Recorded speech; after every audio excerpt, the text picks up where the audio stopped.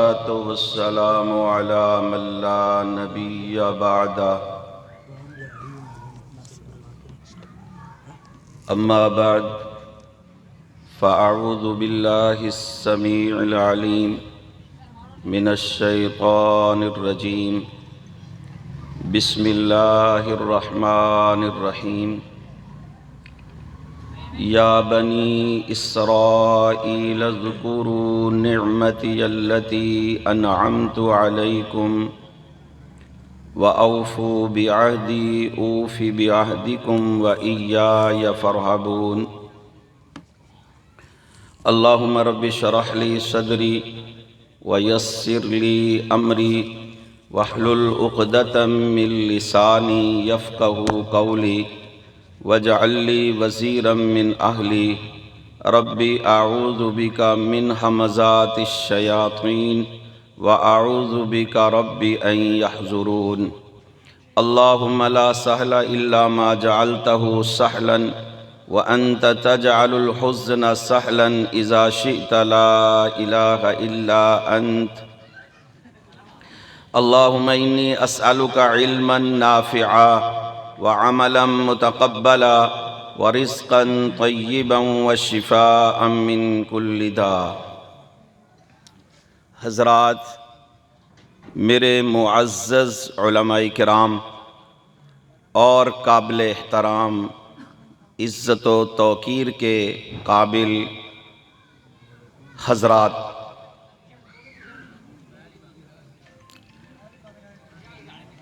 پہلی مرتبہ آپ جیسے پاک باز لوگوں کی زیارت کا موقع ملا ہے۔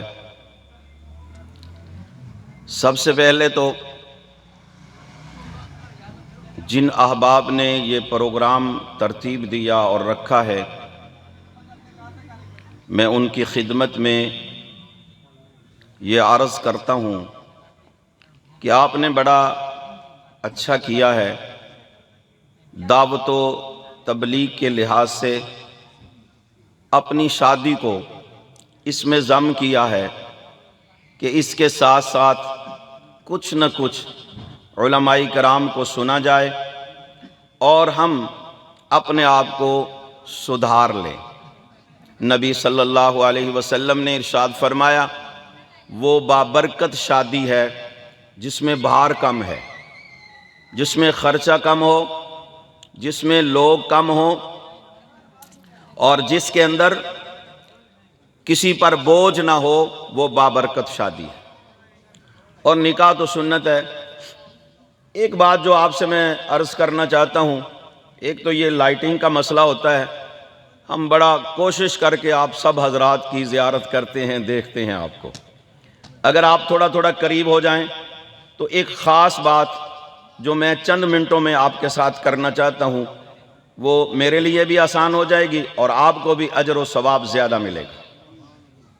یہاں جو آپ تشریف لائے ہیں، یقیناً اس لیے آپ کی تشریف آوری ہے کہ آپ اللہ کے ہاں یہ لکھوانا چاہتے ہیں کہ دعوت و تبلیغ کا پروگرام تھا، اے اللہ ہم وہاں پہنچے اور اللہ کے فرشتے اس بات پر گواہ ہو جاتے ہیں، ہاں یا اللہ یہ دعوت و تبلیغ کا پروگرام تھا، یہ اس کے اندر شریک تھے، لیکن اس کے لیے ضروری ہے کہ ہم اپنی نیتوں کو خالص کریں۔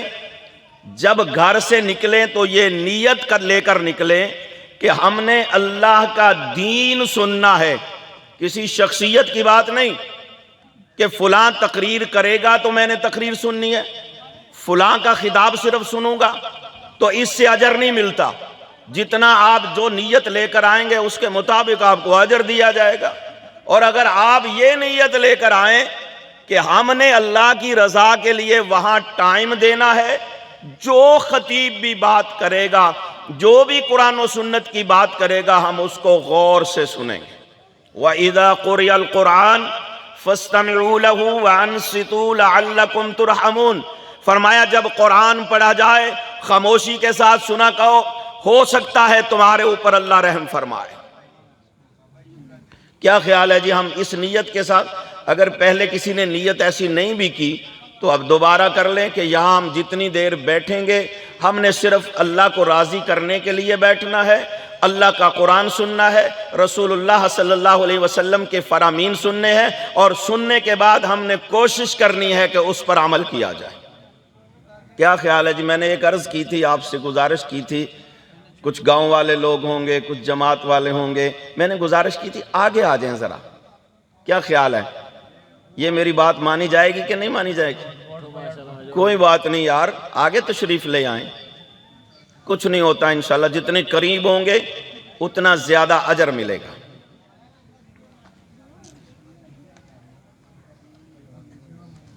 اس وقت آپ حضرات کو معلوم ہے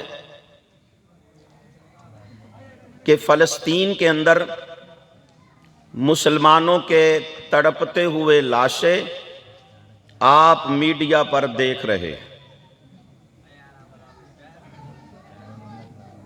بنی اسرائیل کی بربریت، اسرائیلیوں کی بمبارمنٹ، آپ حضرات سوشل میڈیا کے ذریعے اس سے بخوبی واقف ہیں، لیکن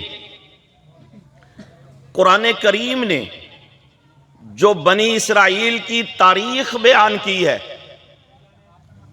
وہ تقریباً چوتھائی حصہ قرآن کا ایسا ہے جو بنی اسرائیل کی تاریخ کو بیان کرتا ہے۔ کتنا حصہ جی؟ ذرا غور سے، کتنا حصہ؟ اس کی آواز سمجھ آ رہی ہے نا جی؟ قرآن کا کتنا حصہ ہے؟ چوتھائی حصہ قرآن کا ایسا ہے جو بنی اسرائیل کی تاریخ کو بیان کرتا ہے۔ اگر مسلمان قرآن کی اس تاریخ کو پڑھ لیتا تو اللہ کی قسم اسرائیل سے بڑھ کر اس کی تاریخ سے ہم واقف ہوتے، لیکن آج ہمیں اس دشمن کے بارے میں نہیں پتا کہ اس کی دشمنی نے کیا کیا ہے اور اس کی دشمنی کب سے شروع ہے، امت مسلمہ کے ساتھ وہ کتنی نفرت کرتا ہے، امت مسلمہ کو وہ کس قدر گندا اور برا جانتا ہے۔ ہم نے تاریخ قرآن کو اس طرح پڑھا ہی نہیں ہے، ہم نے سنا ہی نہیں ہے، ہم نے جانا ہی نہیں ہے۔ اے کاش اگر مسلمان جان لیتا، قرآن کی تاریخ پڑھ لیتا تو آج پتہ چلتا کہ بنی اسرائیل، یہ اسرائیل وہ ہے جو آج تک جو اللہ اور اس کے رسولوں کا دشمن رہا ہے۔ یہ مسلمانوں کا ہی قاتل نہیں، اس نے انبیاء کو بھی قتل کیا، انبیاء کو بھی شہید کیا، انبیاء کے جسموں کے ٹکڑے بھی کیے۔ ان ظالموں نے اللہ پر ایمان اس طرح نہیں لائے بلکہ بات بات پہ پھسلنے والے۔ موسیٰ علیہ السلام کو اللہ نے کہا ان کو سزا ملی ہے، فرعون نے، مصریوں نے ان کو اپنے زیر تسلط کیا ہوا ہے، قبضہ کیا ہوا ہے، غلام بنایا ہوا ہے۔ جاؤ ذرا اس کے پاس، فرعون کے پاس، اور اسرائیلیوں کو چھڑا کر لاؤ۔ جب موسیٰ علیہ السلام اسرائیلیوں کو لے کر آئے تو دریا کے کنارے پہ پہنچے، اللہ رب العزت فرماتے ہیں یہ وہ بنی اسرائیل ہے جو میری نعمتوں کو بھول گئے، ہم نے ان پر بڑی نعمتیں کی۔ آل فرعون جو ان پر ظلم کرتا تھا، ہم نے وہاں سے ان کو چھٹکارا دیا۔ پھر جب آئے تو ان کی مہمان نوازی اس طرح ہوئی، ان کی قدردانی اس طرح ہوئی، ان کا احترام اس طرح ہوا۔ اللہ سبحانہ وتعالی فرماتے ہیں وَإِذْ فَرَقْنَا بِكُمُ الْبَحْرَ فَأَنْجَيْنَاكُمْ، ہم نے دریا میں ان کے لیے راستے بنائے۔ 12 قبیلے تھے، 12 راستے بنا دیے۔ بات سمجھ رہے ہیں؟ میں آخر پہ ایک بات کرنا چاہتا ہوں، اس لیے اس کی تمہید باندھ رہا ہوں۔ کہا موسیٰ علیہ السلام نے کہ یہ دیکھو 12 راستے بن گئے۔ اب اتنی تکریم ہے، اتنی عزت ہے، اللہ کہتے ہیں یا بنی اسرائیل اذکروا نعمتی اللتی انعمت علیکم، اے بنی اسرائیل میری نعمتوں کو یاد کرو جو میں نے تمہارے اوپر کی۔ دریاؤں کو پھاڑ کر راستے بنا دیے۔ وَإِذْ نَجَّيْنَاكُمْ مِنْ آلِ فِرْعَوْنَ يَسُومُونَكُمْ سُوءَ الْعَذَابِ يُذَبِّحُونَ أَبْنَاءَكُمْ، بنی اسرائیل کو سزائیں دیتے تھے، ان کی بچیوں کو زندہ رکھتے تھے اور بیٹوں کو ذبح کرتے تھے۔ اللہ نے اس سے بھی چھٹکارا دیا۔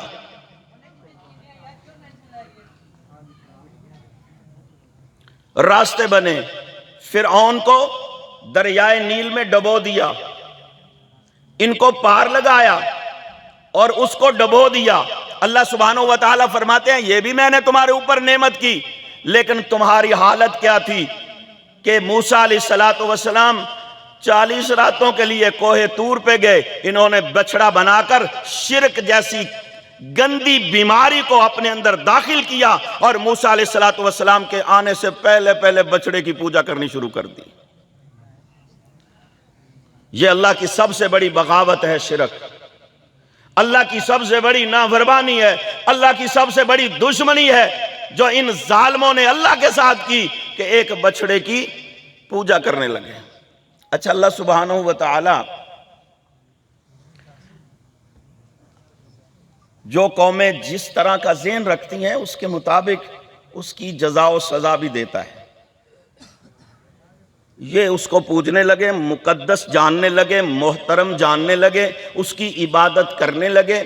تو جب موسیٰ علیہ السلام کے دور میں ایک بندہ قتل ہو گیا تو اللہ سبحانہ و تعالیٰ نے فرمایا گائے کو ذبح کرو اور اس کے گوشت کا ایک ٹکڑا اس کے ساتھ لگاؤ۔ اچھا مجھے ذرا حضرات یہ تو بتا دے مہربانی کر کے، اللہ بغیر گوشت کے ٹکڑے لگائے اس کو زندہ کر سکتا تھا کہ نہیں کر سکتا تھا؟ اور ان کے 40 بندوں کو اللہ نے زندہ کیا، ثم بعثناکم من بعد موتکم لعلکم تشکرون، بغیر گوشت لگائے زندہ کر دیا۔ لیکن یہاں فرمایا تم اس کو ذبح کرو گے اور اس کے گوشت کا ٹکڑا لگاؤ گے۔ یہ اس لیے کیا کہ آج جس کی کل یہ عبادت کرتے تھے آج اپنے ہاتھ سے اس کو ذبح کریں، شاید ان کو عقل آ جائے کہ جس کو ہم اپنے ہاتھ سے ذبح کر رہے ہیں یہ کیسا معبود ہے، یہ کس کے سامنے ہم جھکتے رہے ہیں، کس کی عبادت کرتے رہے ہیں۔ اے کاش ان کو یہ بات سمجھ آ جائے کہ معبود وہ نہیں ہوتا جو لوگوں کے ہاتھوں ذبح ہو جائے۔ معبود کو کوئی نقصان پہنچا سکتا۔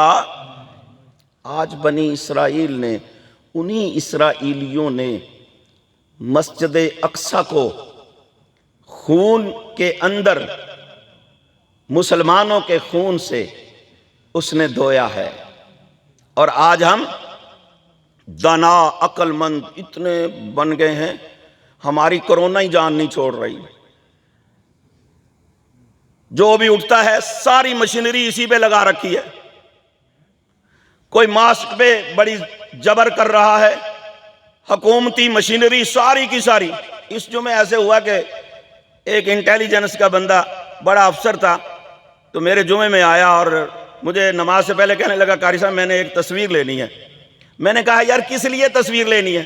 بس یہ کرونا کا مسئلہ ہے۔ میں نے کہا اچھا نمازیوں کی تصویر سے تمہاری کرونا ختم ہوگی؟ میں نے کہا شرم کرو، کوئی عقل کی بات بھی کر لیا کرو، تمہاری عقلیں کدھر چلی گئی ہے؟ یہ حکومتی نظام تمہارا درم برم ہو گیا ہے، تم کس باتوں پہ لگ گئے ہو؟ اے کاش تمہیں عقل ہوتی، تمہیں اللہ سبحانہ و تعالیٰ کا یہ قرآن، اللہ سبحانہ و تعالیٰ کا یہ دین سمجھ ہوتا، تمہیں پتا ہوتا ان بیماریوں کا علاج کیا ہے، احتیاطی تدابیر کیا ہے۔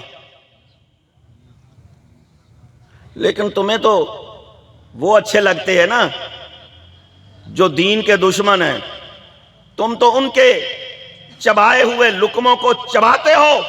وہ کہتے ہیں اس طرح کی تدابیر کرو، نمازیوں کو 6 فٹ پہ کھڑا کرو، تم کہتے ہاں یہی اس کا حل ہے۔ میں نے دیکھا ایک مولوی صاحب نے یہ جو شاپر نہیں ہوتا، شاپر ہوتا ہے نا جی، سمجھتے ہیں نا شاپر، وہ پوری مسجدوں میں بچھا دیا اور جمعے کے بعد اکٹھا کرنے لگے۔ میں نے کہا حضرت کیا ہوا؟ کہنے لگے کرونا کی وجہ سے۔ میں کہا کرونا جڑی ہے یہ شاپر تو تلک جاندی ہے، یعنی عجیب تمہاری باتیں ہیں۔ ہاں قرآن کہتا ہے جب تم میرے دین سے عقل نہیں لوگے، تم عقل مندی کا مظاہرہ نہیں کرو گے، شریعت کو شریعت نہیں جانو گے، اسی طرح پھرتے رہو گے کہ بیماری کوئی ہوگی علاج کوئی کرتے پھرو گے۔ کہتے ہیں وائرس بڑی ہے ماسک پہن لیں۔ مجھے ایک دوست نے بڑی اچھی بات کہی، کہتا قاری صاحب یہ جو ماسک ہم پہنتے ہیں اب تو خواتین بھی پہن رہی ہیں، میں نے کہا کہ خواتین تو اس لیے پہن رہی ہیں کہ وہ پردہ نہیں کرتی تھی، اب اللہ نے ان پر یہ آفت بھیج دی تو اس لیے وہ ماسک پہن کر اب پردہ کرنے لگی ہے۔ کہنے لگے جی مرد پھر کیوں پہن رہے ہیں؟ میں نے کہا مردوں کو یہ سزا دی جا رہی ہے کہ تم نے ان کو پردہ کروایا کیوں نہیں؟ ان کو بھی تو سزا ہونی چاہیے نا۔ اور میرے بھائیوں، اللہ کی نعمتوں سے بغاوت نہ کرو۔ جس قوم نے اللہ کی نعمتوں سے بغاوت کی، اللہ نے اسے جکڑ لیا، اپنے عذاب میں مبتلا کر دیا۔ آؤ آج بھی میں تمہیں دعوت دیتا ہوں، اگر تم سکون چاہتے ہو، اس وبا سے بچنا چاہتے ہو، آ جاؤ قرآن و سنت کی طرف آ جاؤ، وحی الہی کی طرف آ جاؤ۔ اللہ کی قسم، جب تم مسجدوں میں آنے لگ جاؤ گے، نماز با جماعت پڑھنے لگ جاؤ گے، اللہ سے دعائیں کرنے لگ جاؤ گے، پھر اللہ سبحانہ و تعالی ان جیسی تمام بیماریوں کو لے جائے گا اور تمہیں پرسکون ماحول عطا کر دے گا۔ میں اپنے تمام دوستوں کا شکر گزار ہوں جنہوں نے مہربانی فرمائی، مجھے وقت دیا، تلخ باتیں سنی۔ آپ حضرات کا بھی شکر گزار ہوں کہ آپ نے بھی بیٹھ کر پرسکون ماحول میں کچھ چند باتیں سنی ہیں۔ اگر موقع ملتا تو میں اس کے بارے میں ضرور کئی چیزیں بتاتا، لیکن وقت کی قلت بھی ہے، علماء کرام دور سے تشریف لائے ہیں، ان کا زیادہ حق ہے، ہم تو مقامی لوگ ہیں، پھر بھی آ سکتے ہیں، پھر بھی آ سکتے ہیں، پھر بھی آ سکتے ہیں۔ مولانا حافظ ذوالفقار صاحب جو کہ ہمارے اہل حدیث یوتھ فورس کے سرپرست ہیں، اسی طرح باقی ہمارے جو بزرگ ہیں، قاری یاسین یزدانی صاحب، وہ تو معروف شخصیت ہیں، آپ سب حضرات جانتے ہیں ان کو۔ وہ ویسے بھی بابا جی لگتے ہیں، سرخ رومال لیا ہو تو اللہ کے فضل و کرم سے ان کے چہرے سے لائٹیں نکلتی ہیں، اللہ ان کے حسن و جمال میں بھی اضافہ فرمائے۔ اسی طرح میرے ساتھ تشریف لائے ہوئے قاری خلیل اللہ فاروقی صاحب جو کہ امیر ہیں مرکزی جمعیت اہل حدیث تحصیل پاک پتن کے، اور اسی طرح یہ میرے بھائی جنہوں نے ابھی خطاب کیا ہے، ان سے تو آپ بالکل آپ کا پورا تعارف ہوگا۔ اسی طرح بھائی جاوید صاحب ہیں، شکیل الوی صاحب ہیں، اور یہاں کے جو بزرگ قاری ادریس اعظم صاحب، ہاں ماشاءاللہ ماشاءاللہ، ایک قاری ادریس اعظم صاحب لاہور کے ہیں نا جو بزرگ سب سے بڑے، تو میں نے کہا یار یہ پروگرام شاید قاری ادریس اعظم صاحب کروا رہے ہیں، تو الحمدللہ یہ بھی ہمارے بزرگ ہیں، ہمارے لیے قابل احترام ہیں، نوجوان ساتھی ہیں۔ اللہ پاک ان کی عمر میں عمل میں برکت فرمائے۔ وآخر دعوانا